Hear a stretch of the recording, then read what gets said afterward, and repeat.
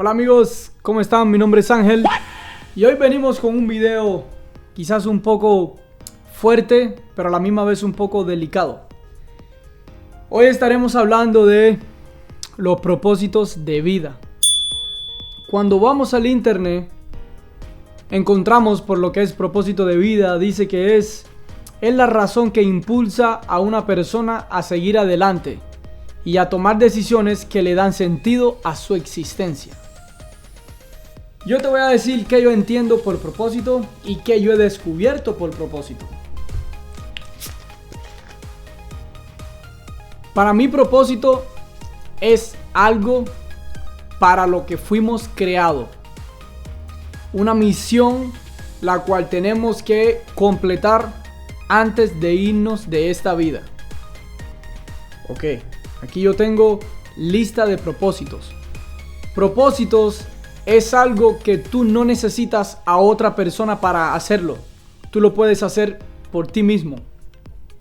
Propósito es algo que tú puedes hacer y no necesariamente requiere pago por eso. Hay muchas personas que de gratitud te pagan por eso, pero ya llega el punto que tú no lo haces por dinero o por interés. Lo haces más bien porque te sientes feliz haciéndolo. Y te voy a poner varios ejemplos. También propósito es algo que una vez que tú lo encuentras, pues ya no puedes estar tranquilo si no lo estás ejerciendo. Entonces ahí vamos a cuando descubres todos estos secretos de aprender a vivir la vida, encuentras sentido a la vida, todo te parece que se alinea y tú dices, wow, ¿por qué no miré esto antes? Y el punto es ese, que muchas personas están confundidos, hay mucha confusión allá afuera. Y no todo el mundo está dispuesto a aprender y no todo el mundo está dispuesto a enseñar. Pero yo sí sé que las personas que saben cómo hacer cosas, saben los trucos de la vida, están dispuestos a enseñar, pero no a todo el mundo. ¿Por qué? Porque todo el mundo no está dispuesto a aprender. Entonces, cuando tú ves a alguien que tiene éxito, tú lo primero que estás mirando es el dinero. Ni siquiera te imaginas cómo está su corazón o qué piensa o nada así. Tú lo primero que dices es cómo hago dinero. Y sí, necesitamos dinero, pero eso no es lo único. Bueno, la lista de propósitos de vida que yo tengo serían servir, ayudar, liderar, proteger, enseñar, construir y descubrir. Entonces, si vamos a ir desglosando o separando punto por punto de cada uno, servir pues es cuando tú haces las cosas desinteresadamente. Llega una persona y te pide una toalla, tú se la das. Tú estás en la cocina, llega alguien y le brindas comida. Ese tipo de servir, tú sirves a alguien, alguien quiere subir a un muro, tú pones tu hombro para que suba. Eso es servir, ayudar de cierta manera, pero sirviendo. El otro ayudar es cuando tú quieres que a alguien le vaya mejor, pero no quieres que sus problemas te afecten a ti. Entonces suponte que una persona esté intentando entrar a su casa y tú le dices, mira, yo te quiero ayudar, pero el trabajo lo vas a tener que hacer tú. Mete la mano por la ventana, estírala, eleva para arriba el seguro y ya lo tienes. O rompe esta parte de la ventana. Por ejemplo, he visto muchos carros que a alguien se le queda la llave adentro y normalmente la puerta de los carros tienen la ventana grande y tienen una ventana chiquitica atrás, pegadita en la puerta. Entonces rompen ahí, pueden abrir y después ahí se puede arreglar quizás más fácil que la grande. Entonces ayudar vendría siendo cuando tú lo haces desinteresadamente, pero sin tú tener físicamente que ejercer el trabajo. Tú puedes ayudar de muchas maneras. Entonces liderar es cuando hay alguien en un grupo de personas que está liderando el camino. Síganme, este es el camino. Cuando uno va cruzando países, hay alguien que le llaman el coyote. Entonces, ese coyote sabe el camino, sabe dónde están los policías, sabe dónde están los puntos, sabe dónde están los otros enemigos, sabe todo. Entonces, de cierta manera, es un líder. Claro, haciendo algo diferente, pero se le denomina ese nombre. Lo único que recibe un pago por eso. Cuando tú lideras un grupo de personas, una manada de animales o lo que sea, pues tú de cierta manera te vuelves un pastor. Por eso también las personas que les gustan las ovejas le dicen pastor. En la Biblia está, en el Medio Oriente hay muchas personas que se dedican a eso, a pastorear. Es cuando lideran grandes grupos de seres vivos, vamos a llamarlo así. Proteger, yo de cierta manera me mantuve en ese propósito de vida, y era proteger. Yo estuve trabajando por seguridad por 5 años. Entonces sí me daban un pago, pero me gustaba lo que hacía. Entonces de cierta manera ese era mi propósito en ese momento. Hasta que encontré que el propósito mío principal es ayudar al prójimo. Por eso se los comenté en el video de ayer, que si no lo han visto, aquí se los voy a dejar o se los recomiendo para que lo miren. El otro es enseñar. Una maestra, un maestro, un profesor, mi mentor. El propósito de vida de él también es enseñar. Él abarca muchos propósitos de vida porque como tal ayuda al prójimo, y tú puedes ayudar utilizando o ejerciendo cada uno de los propósitos que acabo de mencionar en uno solo. Ayudando, protegiendo, ayudando, enseñando, ayudando, construyendo, ayudando, sirviendo, ayudando a liderar. Todo lo puedes. Tú vas a ver que el propósito de vida es algo que tú dices, es que a mí me gusta enseñar. Es que a mí me gusta proteger. Yo siempre soy protector. A mí me gusta liderar. Siempre me encanta subirme a una tarima y hablar con las personas o decirle cosas o hacerle gracias. Me gusta estar siempre llamando la atención. Construir es cuando tú construyes con tus propias manos. No necesitas herramientas ni nada. Simplemente que tú construyes algo. Tú pones un montón de piedras una arriba de la otra. Estás construyendo de cierta manera. Tú pones unos palos y le pones unas ramas arriba. Están construyendo de cierta manera. Entonces tú construyes a través de los propósitos de vida. Construyes tu camino, el que tú crees que es el correcto y el que vas dejando la huella para que otro te siga. De cierta manera, cuando tú le dices, mira, este fue el camino que yo usé, estás ayudando al prójimo. De cierta manera te dice, pero mira, yo no puedo pasar por ese puente, y tú le dices, ven, yo usé esta rama o esta herramienta, y tú lo estás ayudando, estás sirviendo también al prójimo. Entonces al final es ese. Propósito de vida es cuando tú ayudas al prójimo desinteresadamente y es algo que te sale o fluye de manera natural. Descubrir. Los científicos, las personas que les gusta, por ejemplo, Marco Aurelio fue un emperador que después de tenerlo todo se dio cuenta que había algo más en la vida que lo que ya tenía o lo que ya conocía. Entonces a él le gustaba ir más allá de lo común. Aquí en Estados Unidos le llaman think out the box, como piensa afuera de la caja. Entonces él dejó por escrito, que lo puedes leer también si quieres. Yo me las he leído como unas 14, 15 veces. Se llaman Meditaciones de Marco Aurelio. Entonces a él le gustaba descubrir cuáles eran los secretos de la vida. Y esos son muchos de los secretos que a mí se me son revelados a través de Yados, que es mi mentor. Él también leyó mucho Marco Aurelio. Entonces, si te das cuenta, el propósito de vida es para la misión que tú fuiste puesto en esta tierra. Suponiendo que tu mamá y tu papá quisieron tener un hijo, ¿cuántas personas no hay que los hijos nunca se les dan?